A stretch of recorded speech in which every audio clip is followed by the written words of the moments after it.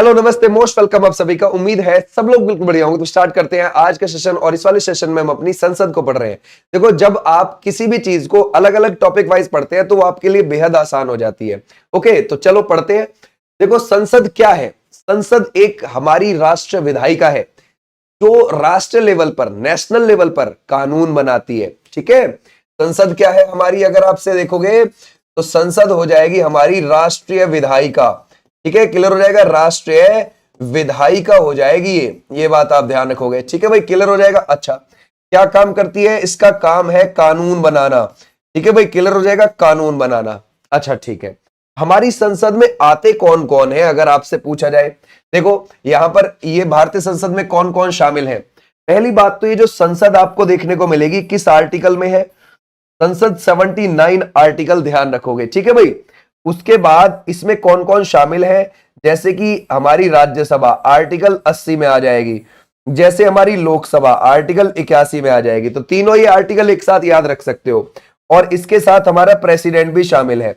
जब भी आपसे पूछा जाए कि संसद में कितने सदन है, तो 2 हैं। ध्यान रखोगे, हमारे यहां राज्यसभा और लोकसभा। जब भी आपसे पूछा जाए संसद में कौन कौन शामिल है, आप बोलोगे राज्यसभा, लोकसभा और प्रेसिडेंट। ठीक है भाई, क्लियर हो जाएगा। प्रेसिडेंट का वर्णन हम सबसे पहले किस आर्टिकल में देखते हैं? 52 में देखते हैं, ये बात ध्यान रखोगे। तो यहां पर हमने क्या देखा कि हमारे यहां पर संसद में राष्ट्रपति, लोकसभा, राज्यसभा ये आते हैं। ओके, क्लियर हो जाएगा। आ जाओ भाई नेक्स्ट पर, नेक्स्ट क्वेश्चन देखते हैं। बोलते हैं संसद का महत्वपूर्ण कार्य क्या है? तो यहां पर क्या लिखेंगे हम? सबसे महत्वपूर्ण कार्य है कानून बनाना, है ना भाई, ध्यान रखोगे। कोई बिल लेकर आना और उस पर फिर बहस करना, और बहस करके जो अच्छे से अच्छा आइडिया निकले फिर ध्यान रखोगे उस बिल को पारित करके एक्ट बनाना, यानी कि कानून बनाना। ठीक है भाई, क्लियर हो जाएगा। ऐसे आप ध्यान रखोगे तो हमारा राइट आंसर हो जाएगा यहां पर ये। अच्छा, आगे चलते हैं।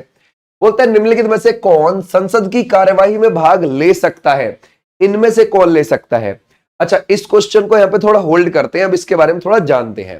देखो, जैसे मान के चलो हमारी ये हो गई भाई संसद, और संसद में हमारे एक हो गए यहां पर राज्यसभा, एक हो गई यहां पर लोकसभा, एक हो गया हमारा यहां पर प्रेसिडेंट। ठीक है भाई, क्लियर हो जाएगा। अच्छा, अब इस आप राज्यसभा को ले लीजिए। ओके, क्लियर हो जाएगा। राज्यसभा क्या है कि इसका जो कार्यकाल होता है वो 6 साल का होता है। कितना होता है? 6 साल का होता है। ओके, और इसके 1/3 सदस्य हर 2 साल के बाद क्या होते रहते हैं? रिटायर होते रहते हैं। ये भी आप ध्यान रखोगे। ठीक है, क्लियर हो जाएगा। अब ये जो आप लग रहा है कि 6 साल का इसका कार्यकाल होता है, क्या ये जब हमारा संविधान लागू हुआ था उस समय था? उस समय नहीं था। यानी कि जब हमारा संविधान लागू हुआ था उस समय ये प्रावधान था ही नहीं, समय पर छोड़ दिया गया था। समझ गए, है ना। शुरू में जब हमारा संविधान लिखा गया और जब वो लागू हुआ 26 जनवरी 1950 को लागू हो गया, तो उस समय ये समय पर छोड़ दिया गया था कि भाई आगे देखेंगे, जैसी परिस्थितियां रहेंगी उस हिसाब से इसका कार्यकाल कर लेंगे। ठीक है, फिर 6 साल कैसे रखा गया? 1951 में फिर जनप्रतिनिधि अधिनियम आया। क्या आया था? जनप्रतिनिधि एक्ट आया था, ये अधिनियम आया। और इस एक्ट के जरिए बताया गया कि हमारे पास राज्यसभा का कार्यकाल 6 साल का होगा। समझ गए, और इसमें 1/3 सदस्य हर 2 साल के बाद रिटायर होते रहेंगे। ऐसे ही पूरी एक साइकिल चलती रहेगी, चेन चलती रहेगी। ओके, अब अगर आप देखोगे इसका सदस्य बनने के लिए कम से कम 30 साल उम्र होनी चाहिए। अगर आपको इसका सदस्य बनना है कम से कम इतनी होनी चाहिए। ठीक है, ये हमारा एक उच्च सदन है। क्या हो जाएगा? ये हमारा एक उच्च सदन है, ये बात ध्यान रखोगे। उच्च सदन है, इसको आप कभी भी भंग नहीं कर सकते। ठीक है भाई, ध्यान रखोगे, इसको भंग नहीं किया जा सकता, है ना, इसको खत्म नहीं किया जा सकता, है ना। अच्छा, इसको बुजुर्गों का सदन भी बोलते हैं, याद रखोगे, बुजुर्गों का सदन, ये भी आप ध्यान रखोगे, बुजुर्गों का सदन। क्योंकि देखो, ये बहुत ही समझदार लोग इसमें, ध्यान रखोगे, पहुंचाए जाते हैं, एक तरीके के जो राज्यों का प्रतिनिधित्व कर रहे होते हैं। अब दूसरी बात क्या है? बुजुर्गों का सदन, मान के चलो लोकसभा की न्यूनतम आयु है 25 वर्ष और यहां पर है 30 वर्ष, ध्यान रखोगे, तो इस वजह से इसको बुजुर्गों का सदन भी बोलते हैं। ठीक है भाई, कुछ इसमें वरिष्ठ लोग पहुंचते हैं, इस वजह से ध्यान रखोगे बुजुर्गों का सदन बोल देते हैं। ओके, अब यहां पर क्या हो गया? हमारे यहां तक सिचुएशन आ गई। अब मान के चलो भाई, हमारी जो राज्यसभा है उसमें आपकी मैक्सिमम सीटें कितनी होती हैं? जो राज्यसभा है उसमें मैक्सिमम सीटें हैं 250, ठीक है, लेकिन अभी 250 पहुंच नहीं रहे हैं। तो अभी कितने पहुंच रहे हैं, इधर देखो, देखो इन 250 में से अभी अगर आप देखोगे 245 ही है। 245 में से भी अगर आप देखोगे 12 राष्ट्रपति ने मनोनीत कर रखे हैं, क्योंकि राज्यसभा में 12 सदस्य राष्ट्रपति मनोनीत कर देता है। ओके, तो कितने हो गए यहां पर 233 हो गए। अब ये 233 में से जो राज्यों से आ रहे हैं वो 229 आ रहे हैं और 4 आ रहे हैं केंद्र शासित प्रदेशों से, ये भी आप ध्यान रखोगे। ठीक है, क्लियर हो जाएगा, समझ गए, ऐसे है ये सिचुएशन। तो अधिकतम कितने सदस्य हो सकते हैं राज्यसभा में, 250, ठीक है, मैक्सिमम इतने हो सकते हैं। और अभी आ रहे हैं केवल 245।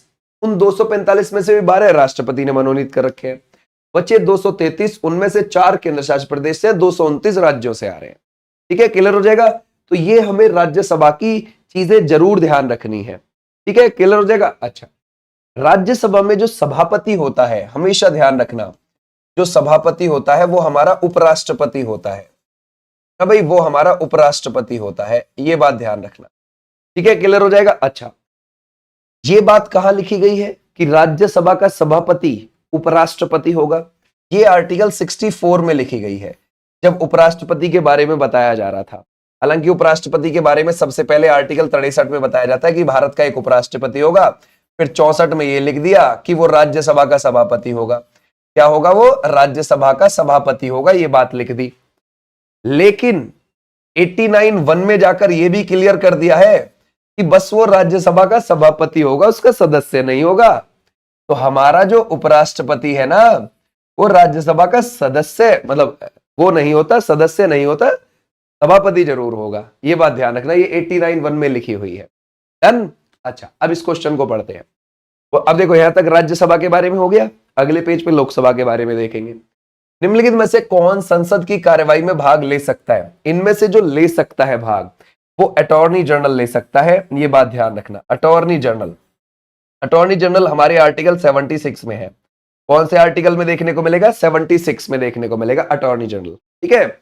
अच्छा, अब ये जो अटॉर्नी जनरल है, ये आर्टिकल 88 के तहत, ध्यान रखोगे, कौन से आर्टिकल 88 के तहत संसद की कार्यवाही में हिस्सा ले सकता है, लेकिन वोट नहीं डाल सकता, है ना भाई, ध्यान रखोगे, वोट नहीं डाल सकता। तो आप अटॉर्नी जनरल के लिए ये 76 और 88 दो आर्टिकल याद रख सकते हैं।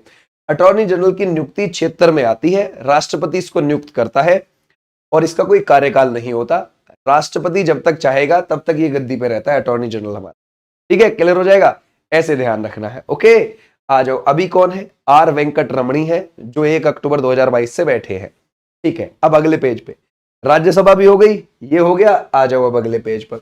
अब इस क्वेश्चन को भी होल्ड रखते हैं, अब थोड़ा लोकसभा के बारे में जानकारी लेते हैं। ओके, देखो लोकसभा आर्टिकल 81 में है। ठीक है भाई, हमारा इसको हम निम्न सदन बोलते हैं। क्या बोलते हैं? निम्न सदन, और यानी कि लोअर हाउस बोलते हैं हम इसको। इसको हम जनता का सदन भी बोलते हैं। इसको हम जनता का सदन इसलिए बोलते हैं क्योंकि यहां पर जो प्रतिनिधि जाते हैं वो डायरेक्ट हमारे द्वारा चुने हुए जाते हैं। ठीक है, क्लियर हो जाएगा। ऐसे किसी राज्य सरकार के द्वारा भेजे हुए नहीं जाते, समझिए, ध्यान रखना। ये डायरेक्टली ध्यान रखोगे, जनता के द्वारा इलेक्टेड वहां जाते हैं, इसलिए हम इसको जनता का सदन, क्या भाई हमारी आवाज डायरेक्ट उठाएंगे। ठीक है, ध्यान रखोगे। अच्छा, निम्न सदन है, जनता का सदन है, लोकप्रिय सदन है। ठीक है भाई, ध्यान रखोगे, ये लोकप्रिय सदन भी हो जाएगा। ओके, क्लियर हो जाएगा। अब अगर आप देखोगे इसका कार्यकाल कितना होता है सर? इसका जो कार्यकाल होता है वो 5 वर्ष का होता है, 5 वर्ष। ठीक है, याद रखोगे। अच्छा, इसका जो अगर आपको सदस्य बनना है तो कम से कम 25 वर्ष उम्र होनी चाहिए, है ना, क्लियर हो जाएगा, ये भी आप ध्यान रखोगे। ओके, अब बात आई लोकसभा की ओर, कि लोकसभा के अंदर जो अध्यक्ष होता है उसको क्या बोला जाता है? स्पीकर बोला जाता है जी, स्पीकर।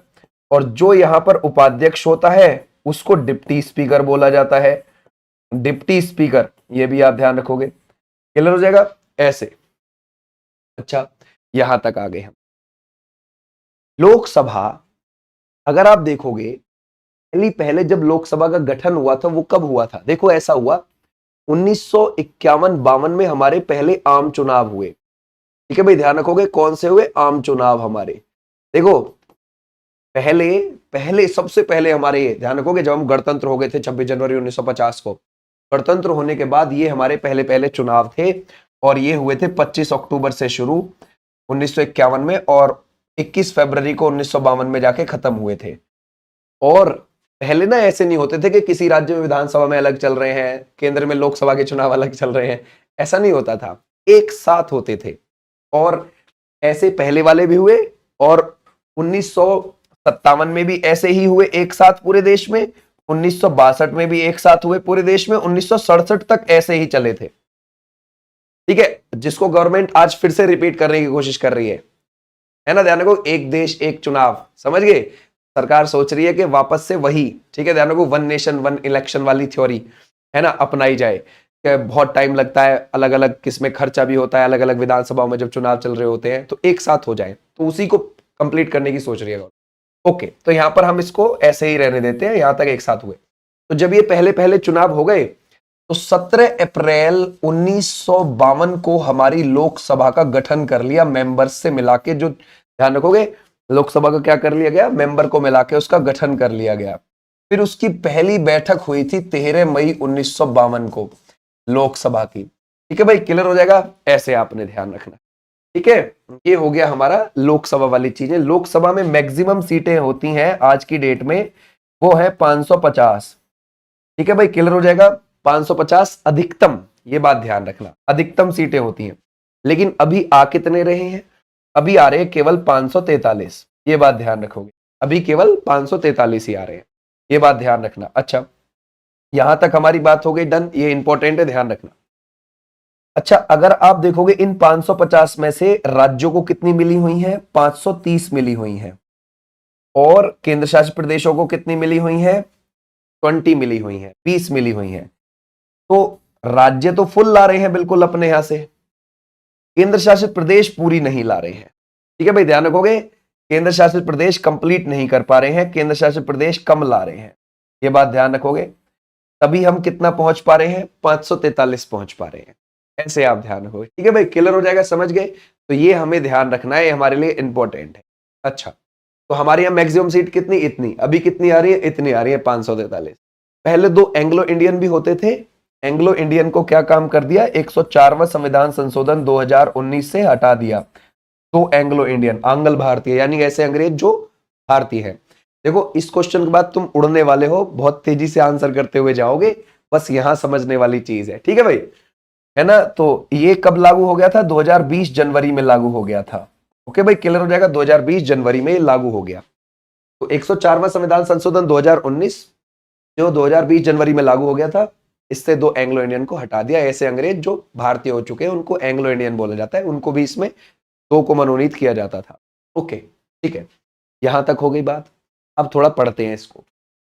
संसदीय प्रणाली में कार्यपालिका किसके प्रति उत्तरदायी होती है। अच्छा, पहले मैं तुम्हें यह बताऊं कि कार्यपालिका क्या होती है। ठीक है, ध्यान रखोगे। देखो, जैसे मान के चलो, हमारे जो हमारे द्वारा चुने हुए प्रतिनिधि हैं, जो हमारे संसद में जाते हैं, जब वो संसद में रहते हैं तो वो विधायिका का काम करते हैं, समझ गए, कानून बनाने का काम करते हैं। ठीक है, विधायिका का काम करते हैं। जब वो उठ के अपने ऑफिसेस में चले जाते हैं तो वो कार्यपालिका का काम करते हैं। तो हमारे देश की एक बहुत अच्छी बात यह है कि भाई कार्यपालिका और विधायिका के बीच बहुत अच्छा सामंजस्य है, समझ गए, ये बहुत अच्छी चीज है। ठीक है, तो जब मान के चलो अमित शाह जी जब लोकसभा के अंदर खड़े होकर भाषण दे रहे हैं तो वो विधायिका का काम कर रहे हैं। ठीक है, जब वो अपने ऑफिस में चले जाएंगे, गृह मंत्रालय के अंदर चले जाएंगे, तो वो कार्यपालिका का कार्य कर रहे होंगे। ठीक है, ये बात ध्यान रखना है। तो अब देखो, संसदीय प्रणाली में जो कार्यपालिका है, जो अपने ऑफिस में काम करके आई है ना, वो अब जब संसद में जाएंगे तो वो क्या है, किसके प्रति उत्तरदायी है, जरा बताओ, जवाबदेही। तो वो क्या लगाएंगे, क्या विधायिका के है या फिर न्यायपालिका, लोगों के, इनमें से कोई नहीं, तो किसके, विधायिका के प्रति। ठीक है भाई, वहां पर जाकर आप बोलेंगे। ठीक है, ध्यान रखो, जो सब बैठे हुए हैं उनको जवाब देंगे कि भाई मैंने क्या क्या, कहां पर कैसा पैसा खर्च किया है, क्या नहीं किया, है ना भाई, ये सारी बातें। आ जाओ नेक्स्ट पर। लोकसभा में केंद्र शासित प्रदेशों से कितनी सीटें आरक्षित हैं, अभी हमने देखा था 20। आ जाओ फटाफट। राज्यसभा में 1/3 सदस्य कितनी अवधि के लिए, है ना भाई, सेवानिवृत्त होते हैं। अब देखो, आप कर सकते हो ना, हर 2 साल में। ठीक है भाई, क्लियर हो जाएगा। ये संसद प्रणाली का प्रमुख कौन होता है? तो वो होता है हमारा प्रधानमंत्री संसदीय प्रणाली में। हमने अपनी संसदीय प्रणाली कहां से ली है? हमने अपनी संसदीय प्रणाली जो ली है वो ब्रिटेन से ली है। समझ गए भाई, क्लियर हो जाएगा, ब्रिटेन से। हमारे यहां पर जैसे मान के चलो कोई बिल लोकसभा में पेश किया गया, यहां से पास हो गया, फिर वो राज्यसभा में जाएगा, यहां से पास हो गया, अब जाएगा end of the end president के पास। जब प्रेसिडेंट यहां से अपने यहां से सिग्नेचर कर देगा, अब वो पारित माना जाएगा। अब सरकार के ऊपर बात है कि उसको लागू कब करेगी। क्या उसे तुरंत ही लागू कर देगी, ठीक है भाई, या फिर उसे कुछ समय के बाद लागू करेगी। ठीक है, ये बात ध्यान रखना। जैसे मैं कह सकता हूं कि 106वां संविधान संशोधन 2023 है ना भाई, ये संसद में तो कब का पारित हो गया है, मींस इन तीनों ने तो कब का पारित कर दिया, लेकिन अभी ये लागू नहीं करा है। ठीक है भाई, ध्यान रखोगे, अभी इसको लागू नहीं किया है, जिसमें ये बोला गया था कि 33% कम से कम है ना लोकसभा और राज्य की विधानसभाओं में महिलाओं के लिए सीट आरक्षित होंगी, तो भी वो लागू नहीं हुआ है। ठीक है भाई, अच्छा, तो हमारा राइट आंसर ये बोलता है भारतीय संसद के निचले सदन को क्या कहते हैं? लोअर हाउस को, जनता के सदन को क्या कहते हैं? लोकसभा बोलते हैं। ठीक है भाई, क्लियर हो जाएगा, लोकसभा बोलते हैं। आ जाओ नेक्स्ट पर। भारत में संसद का संयुक्त अधिवेशन बुलाने का अधिकार किसे है ना भाई, ज्वाइंट सिटिंग बुलाने का।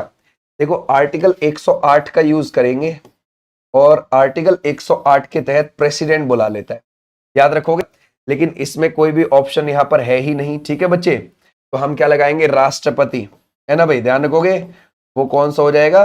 राष्ट्रपति हो जाएगा। ठीक है, और ये मान के चलो साधारण विधेयक पर बुला सकता है, याद रखोगे, साधारण विधेयक पर। ठीक है भाई, क्लियर हो जाएगा, किसी साधारण विधेयक पर मतभेद है जैसे दोनों सदनों में, तो बुला सकता है वो। ठीक है भाई, अच्छा, जब बुला लिया है प्रेसिडेंट ने, अब इसकी अध्यक्षता कौन करेगा? लोकसभा का स्पीकर करेगा, है ना, याद रखोगे, इसका लोकसभा का स्पीकर करता है। अच्छा, मान के चलो लोकसभा का स्पीकर अभी अवेलेबल नहीं है, तो डिप्टी स्पीकर कर लेगा।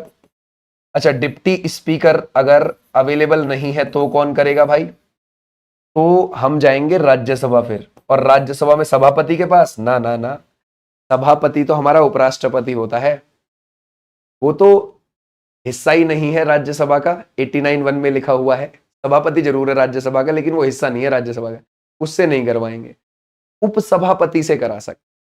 ठीक है, ध्यान रखोगे, जो राज्यसभा का उपसभापति होगा ना, उससे करा सकते हैं, ये भी आप ध्यान रखोगे। ठीक है भाई, क्लियर हो जाएगा, यहां तक ऐसे आप ध्यान रखोगे। आ जाओ भाई नेक्स्ट पर। बोलता है भारत में बिना संसद सदस्य बने कोई व्यक्ति कितने समय तक मंत्री रह सकता है? 6 महीने तक रह सकता है। ओके भाई, 6 महीने तक वो मंत्री बना रह सकता है। 6 महीने के अंदर उसे लोकसभा की सदस्यता प्राप्त करनी होगी, वरना तो उसे अपना पद छोड़ना पड़े। ठीक है भाई, क्लियर हो जाएगा। आ जाओ नेक्स्ट पर। राज्यसभा सदस्य की न्यूनतम आयु क्या होनी चाहिए? 30। तो हमारा राइट आंसर कितना हो जाएगा? 30 वर्ष कम से कम, ये बात ध्यान रखना। और इसमें 1/3 सदस्य हर 2 साल के बाद क्या होते रहते हैं? रिटायर, ये भी आप ध्यान रखोगे। ठीक है भाई, क्लियर हो जाएगा, समझ गए। आ जाओ नेक्स्ट पर। बुजुर्गों का सदन उसको हम बोलते हैं। राज्यसभा का सभापति कौन होता है? हमारा उपराष्ट्रपति होता है, हमारा उपराष्ट्रपति हो। बोलते हैं भारतीय संसद में किस सदन के पास अधिक शक्तियां हैं? लोकसभा के पास ज्यादा है। ठीक है भाई, तो हमारा राइट आंसर क्या हो जाएगा? लोकसभा के पास, ये बात ध्यान रखना। ठीक है भाई, क्लियर हो जाएगा, ऐसे आप ध्यान रखोगे। आ जाओ नेक्स्ट पर। बोलता है संसद का सत्र वर्ष में न्यूनतम कितनी बार होता है? देखो ध्यान से सुनना, है ना, सत्र के बारे में सुनो, सेशंस के बारे में सुनो। एक होता है बजट सत्र, हमारा बजट सत्र, और ये बजट सत्र जो चलता है ये फरवरी से लेकर और मई के बीच में चलता है। सरकार कभी कभी अप्रैल में इसको रोक देती है। एक होता है मॉनसून का सेशन, और ये होता है आपका कब? जुलाई अगस्त के समय पर, जुलाई अगस्त के समय पर। और एक होता है शीतकालीन सत्र, और ये जो शीतकालीन सेशन है ये होता है नवंबर दिसंबर के समय पर। ओके, क्लियर है। अब देखो, ये जो सेशन चल रहे हैं इनमें ज्यादातर बैठकें होनी बहुत जरूरी है, तभी तो लोगों के मुद्दे उठेंगे। अगर सेशन तो चल रहे हैं भाई, है ना, संसद में सेशन तो है लेकिन बैठकें नहीं हो रही है, आज हल्ला हो गया, कल हल्ला हो गया, स्थगित होती जा रही है ऐसे ही, तो जनता के मुद्दे नहीं उठेंगे। मान के चलो जबरदस्ती हो गया हल्ला, है ना भाई, हो गया थोड़ा सा आज हल्ला, ठीक है, समझ गए आप लोग, क्या आज मूड नहीं है, हल्ला कर दो। ठीक है भाई, ध्यान रखोगे। मान के चलो स्थगित कौन करता है, राज्यसभा के अंदर सभापति कर देता है और लोकसभा के अंदर स्पीकर कर देता है, बोलता है 2 दिन के लिए स्थगित बैठक, 3 दिन के लिए स्थगित बैठक, क्योंकि आप हल्ला कर रहे हैं, समझिए। तो जो सेशन था, जो इंपॉर्टेंट था, वो खराब हो गया, कबाड़ा हो गया। जितनी बैठकें होती, जनता के मुद्दे उतने ही उठते, ये बात है भाई।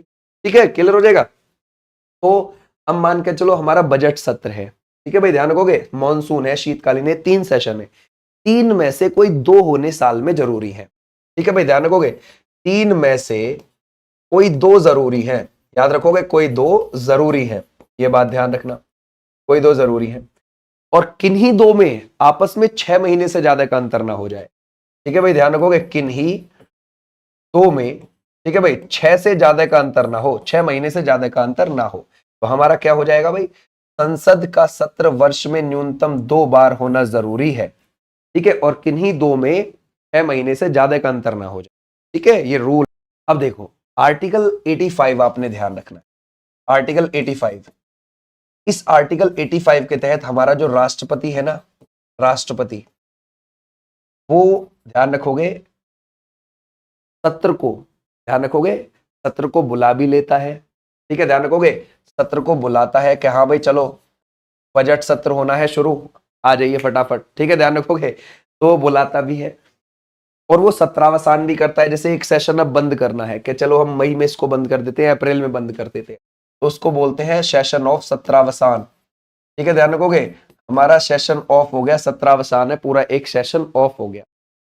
और अगर उसको लोकसभा को भंग भी करना है तो वो भी कर सकता है आर्टिकल 85 के तहत। राज्यसभा को तो भंग नहीं कर सकता, लोकसभा को प्रधानमंत्री के कहने से कर सकता है वो, या फिर मंत्रिपरिषद के कहने से भंग कर सकता है। तो 85 में क्या हो गया, 85 में सेशन को बुलाया भी, ठीक है, ध्यान रखोगे, और सत्रावसान भी कर दिया और लोकसभा को भंग भी कर दिया 85 के थ्रू, ये ध्यान रखना। ठीक है भाई, क्लियर हो जाएगा, है ना। ऐसे आप ध्यान रखोगे तीनों सेशंस को, हमें ये ध्यान रखना है। अच्छा, तुम्हें एक और आर्टिकल बताता हूं, आर्टिकल 87 आप थोड़ा ध्यान रखेंगे। जैसे मान के चलो नई नई लोकसभा चुनकर आई है, तो संसद के दोनों सदनों को संबोधित करेगा राष्ट्रपति। ठीक है, ध्यान रखोगे, जब नई नई लोकसभा चुनकर आएगी, वो 87 के तहत करता है, ध्यान रखोगे, ये बात ध्यान रखना। संसद के दोनों सदनों का संबोधन जब नई नई लोकसभा चुनकर आती है, राष्ट्रपति करता है 87। इसमें सरकार अपनी तरफ से जो भी पावर में होता है, जो भी ज्यादा सीटें जीत कर आती है सरकार, वो अपनी तरफ से लिख के कुछ चीजें देती है, राष्ट्रपति पढ़ देता है। ठीक है, आ जाओ नेक्स्ट पर। बोलता है लोकसभा की वर्तमान सदस्य संख्या ये कितनी है, तो सर वर्तमान तो 543 है, अभी तो हमारे पास इतनी ही है। भारतीय उच्च सदन को किस नाम से जाना जाता है, अपर हाउस को किस नाम से, राज्यों की परिषद यानी कि राज्यसभा के नाम से जाना जाता है। बोलता है संसदीय प्रणाली में कार्यपालिका किसके प्रति उत्तरदायी है, जरा बताओ क्या लगाओगे, विधायिका। ठीक है भाई, अभी अभी हमने देखा था ना। ठीक है भाई, संसदीय प्रणाली में कार्यपालिका किसके प्रति, विधायिका के प्रति। ठीक है, अभी हमने देखा जब वो अपना काम कर रहे होंगे ऑफिसेज में बैठ के, उन्होंने कहां कहां कितना पैसा कैसे लगाया, कहां पर जाकर जवाब देंगे, वो संसद में जाकर जवाब देंगे। संसद के प्रत्येक सत्र का पहला घंटा किसके लिए आरक्षित है, आपको क्या लगता है, वो है प्रश्नकाल के लिए, है ना। देखो 11 से 12 बजे के बीच का समय होता है और ये होता है प्रश्नकाल। ऐसे ही 12 से 1 बजे के बीच का समय होता है, ये होता है शून्यकाल। ये बात ध्यान रखोगे, शून्यकाल, ये है प्रश्नकाल। ठीक है भाई, क्लियर हो जाएगा। प्रश्नकाल में प्रश्न पूछे जाते हैं, प्रश्न पूछे जाते हैं, ये बात ध्यान रखना। ठीक है भाई, क्लियर हो जाएगा। अच्छा, प्रश्न तो पूछे जा रहे हैं प्रश्नकाल के अंदर, जैसे मान के चलो तारांकित प्रश्न आपसे पूछा गया, फिर होते हैं अतारांकित प्रश्न। कौन से होते हैं, अतारांकित प्रश्न। अच्छा, इन दोनों में फर्क क्या है, देखो ये जो तारांकित प्रश्न है, जैसे पूछा किसी नेता ने मंत्री से कि मंत्री जी ऐसे ऐसे, तो मंत्री जी मौखिक रूप से जवाब देंगे तारांकित में। ठीक है भाई, ध्यान रखोगे, मौखिक मौखिक रूप से जवाब देते हैं वो। ठीक है भाई, ध्यान रखोगे, मौखिक रूप से जवाब, बोलकर जवाब दे देते हैं वो। ठीक है भाई, अतारांकित में क्या है कि वो लिखित आंसर देंगे, लिखित। ठीक है भाई, ध्यान रखोगे, लिखित उत्तर देते हैं, ये भी आप ध्यान रखोगे, लिखित उत्तर देते हैं, ये बात ध्यान है ना। क्लियर हो जाएगा, समझ गए, ये बड़े इंपॉर्टेंट है तारांकित अतारांकित वाले। ठीक है, क्लियर हो जाएगा। उसके बाद होता है फिर शून्यकाल, ये भी आप ध्यान रख सकते हो, 12 से 1 बजे के बीच। बोलते हैं संसद में बजट आमतौर पर कब पेश किया जाता है? ठीक है भाई, जरा बताओ। तो ये किया जाता है 1 फरवरी को हमारे यहाँ, और वित्त मंत्री करते हैं। ठीक है, और बजट जो है हमारे यहाँ आर्टिकल 112 में है। देखो, बजट जैसा वर्ड तो हमारे संविधान में नहीं है, वार्षिक वित्तीय विवरण जरूर है। वार्षिक वित्तीय विवरण ऐसे करके बोला गया है। ठीक है भाई, क्लियर हो जाएगा? ऐसे आपने ध्यान रखना है, वार्षिक वित्तीय विवरण। ठीक है भाई, और हमारे वित्त मंत्री करते हैं इसको। अभी 8वीं बार 2025-26 का जब बजट आया था 1 फरवरी को, तो 8वीं बार किसने पेश किया था? वो अपना खुद का 8वीं बार उनका था, निर्मला सीतारमन जी। ठीक है, तो 10 बार मोरारजी देसाई ने सबसे ज्यादा बार बजट पेश कर रखा है, ये ध्यान रखना। ठीक है भाई, आ जाओ नेक्स्ट पर। संसद के 2 सत्रों के बीच अधिकतम कितना समय हो सकता है? ठीक है भाई, जरा बता। अभी देखा था हमने भाई, वो है अधिकतम 6 महीने, इससे ज्यादा नहीं हो सकता किन्हीं भी 2 सेशंस में, कोई से भी लगा लो अब तुम। ठीक है भाई, आ जाओ नेक्स्ट पर। बोलता है संसद भवन किसका घर है? तो वो तो भारतीय संसद का है भाई। आ जाओ नेक्स्ट पर। बोलता है धन विधेयक सबसे पहले किस सदन में पेश किया जा सकता है? जरा बताओ। तो वो कौन सा हो जाएगा? क्या लोकसभा में? Yes, Lok Sabha is the right answer. देखो, लोकसभा में पेश होता है, ध्यान रखोगे। और लोकसभा में जब ये पेश होता है, उसके बाद लोकसभा से पारित हो गया, राज्यसभा में पहुंचेगा। राज्यसभा के पास बस इतनी पावर है कि वो 14 दिन इसको रोक सकता है। अगर 14 दिन उसने अपने यहां पर रोक लिया तो वो खुद से ही राज्यसभा में पास माना जाएगा। ठीक है भाई, 14 दिन तक ही पावर होती है राज्यसभा के पास धन विधेयक को रोकने की। ठीक है भाई, ऐसे भी आप ध्यान रखोगे। अच्छा, अगर मैं आपसे पूछूं वित्तीय विधेयक, ये 117(1) और 117(3) में आपको देखने को मिल जाएगा वित्तीय विधेयक भी। ठीक है, क्लियर हो जाएगा, शाबाश। तो ये हमें ध्यान रखना है। आ जाओ नेक्स्ट पर। राज्यसभा का सभापति कौन होता है? हमारा उपराष्ट्रपति होता है। हमारा कौन होता है? उपराष्ट्रपति।